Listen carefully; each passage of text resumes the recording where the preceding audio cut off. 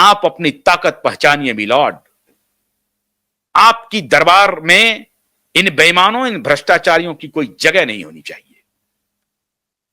और case law आपके सामने मौजूद है, सारे केस लॉ आपके सामने मौजूद है। उस केस लॉ के आधार पर हम ये आपसे आग्रह कर रहे हैं कि इनसे न्याय दिलाइए मिलॉर्ड। कोई ऐसी, हम आपके सामने पूरा एविडेंस है। होम मिनिस्टर कहता है कि मेरे पास एविडेंस है, तो उन्होंने एसआईटी गठित किया ना। पूछिए होम मिनिस्टर को, नोटिस दीजिए, नोटिस दीजिए।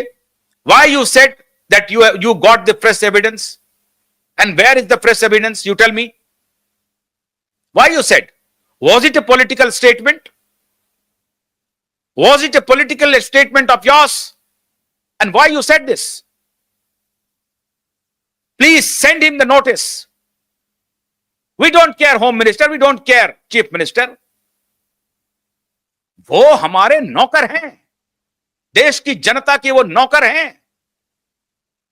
मिनिस्टर वहां बैठे हैं, वो राजशाही नहीं चल रही है, ये डेमोक्रेसी है। And we have all the right to raise such questions.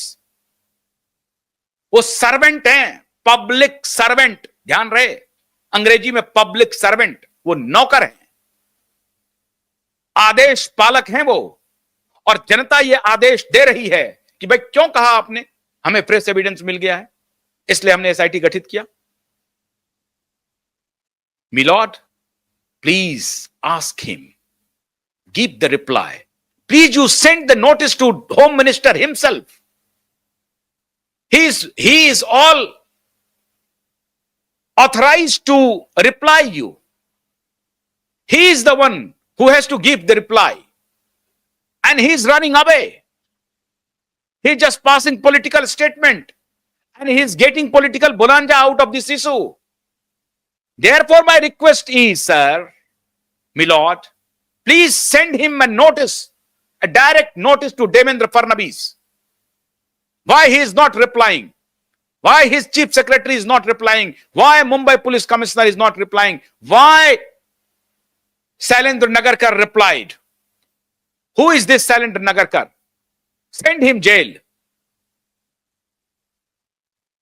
मैंने कल आपके एक आईपीएस ऑफिसर की जानकारी दी है कि सुप्रीम कोर्ट ने कैसे उसे फटकार लगाई है, माफी मांग के गया है। मैं आपकी अंतरात्मा को झकझोर रहा हूं मिलॉर्ड, इसके पहले कि हम सुप्रीम कोर्ट में हमारे वकील आ जाएं और याचिका दाखिल करें। ये हम सब मिलकर लड़ रहे हैं, इसलिए हम कहते हैं हम सब साथ मिलकर इस मुद्दे को लड़ रहे हैं।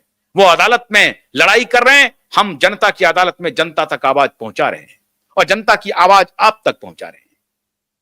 ये ज्वाइंट वॉर है, इट इज ए वॉर।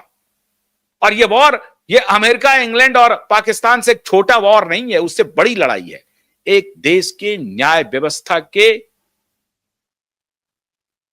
साख का सवाल है, न्याय व्यवस्था की साख का सवाल है।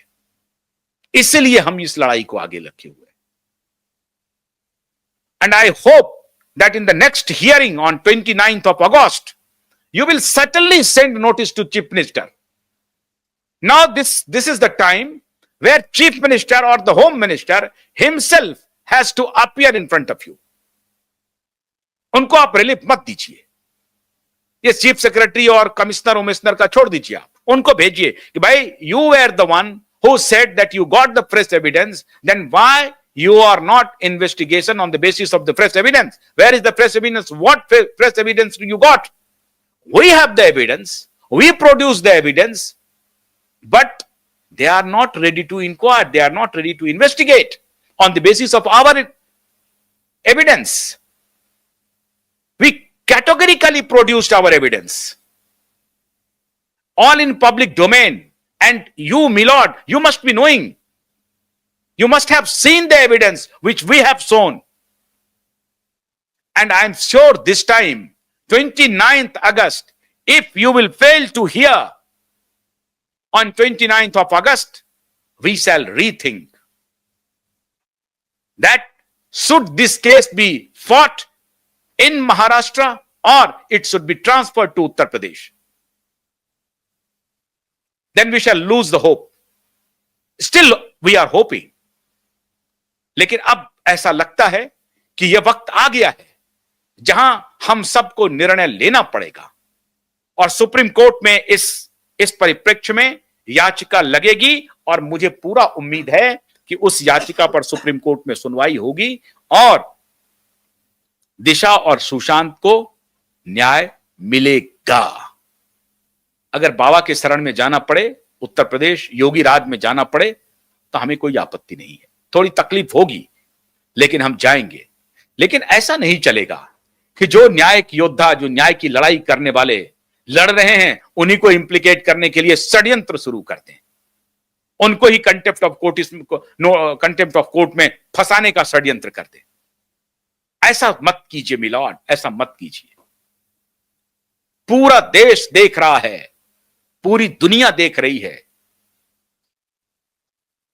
अगर अपनी साख बचानी है मिलॉर्ड, तो मैं आपसे आग्रह कर रहा हूं, 29 अगस्त को फेल मत कीजिए, फेल मत कीजिए। और माननीय फडणवीस जी, अगर आज भी आपकी आंख में पानी बची है, थोड़ी सी भी जनता के प्रति और न्याय के प्रति, सत्य के प्रति आस्था है, तो खुदा के वास्ते अपने वाजपेयी जी को स्मरण करके, अपने सूरमा और महारथी को स्मरण करके वो काम कीजिए जिससे जनता आपको प्यार देगी। वरना अभी 7 आया था ना क्रेडिट सोसाइटी के चुनाव में, सुपड़ा साफ होने वाला है, ये ध्यान रखिए। जनता बहुत ध्यान से फैसला करती है। मित्रों, हैरान हो जाएंगे आप, मैं कभी कभी चिंतित होता हूं, उस पर मैं अलग से शो करूंगा। राम रहीम कितनी बार बेल मिला है उसको मालूम है आपको? कानून का मजाक हो रहा है। वो रेप, हत्या के जुर्म में सजा काट रहा है, आजीवन कारावास की, आजीवन कारावास की सजा काट रहा है। और जब जब भी चुनाव होता है, उसके ठीक आगे पीछे उनको छोड़ दिया जाता है चुनावी फायदे के लिए। बड़ी बेशर्म है ये राजनीति, बड़ी बेशर्म। अलग से उसका पूरा डिटेल बताऊंगा। लेकिन अभी अगर न्याय होता हुआ नहीं दिखा महाराष्ट्र में, तो सुप्रीम कोर्ट में याचिका लगेगी और इस केस का ट्रांसफर होना तय मान के चलिए आप, जब ये केस उत्तर प्रदेश में चलेगा। बहुत बहुत शुक्रिया। आपको घबराने की जरूरत नहीं है, लड़ाई जारी है। नमस्कार।